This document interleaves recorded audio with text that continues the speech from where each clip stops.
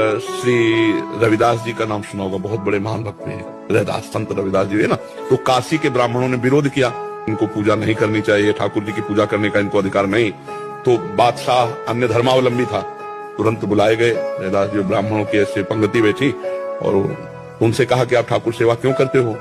उनका हमारे ठाकुर वो करवाना चाहते इसलिए ठाकुर सेवा करते हैं। तो ब्राह्मणों ने कहा तुम मतलब शास्त्र विरुद्ध तुम आचरण करते हो और राज्य में बहुत बड़ा अनर्थ हो जाएगा। तो वो अपने भाषा से समझाया।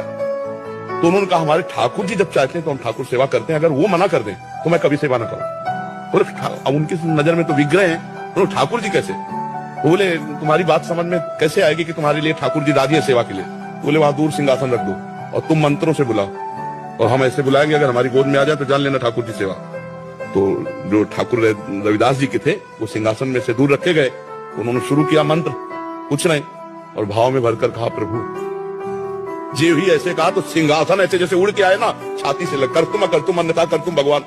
तो ब्राह्मणों ने फिर बात रखी कि ये इनके ठाकुर ने कुछ जादू टोना किए होंगे, हम अपने ठाकुर लाते हैं। तो अपने ठाकुर लाए और मंत्र बादशाह के सामने, पर फिर जे भी ऐसे भाव में किया ठाकुर महान संत मन चंगा उन्हीं का सूत्र है। तो कठौती में सबरी जी के पास भगवान गए, सबरी जी की स्तुति की और वहां भगवान ने अपने श्रीमुख से कहा जाति पाति कुल कर्म धर्म का इसका में कोई संबंध नहीं, मान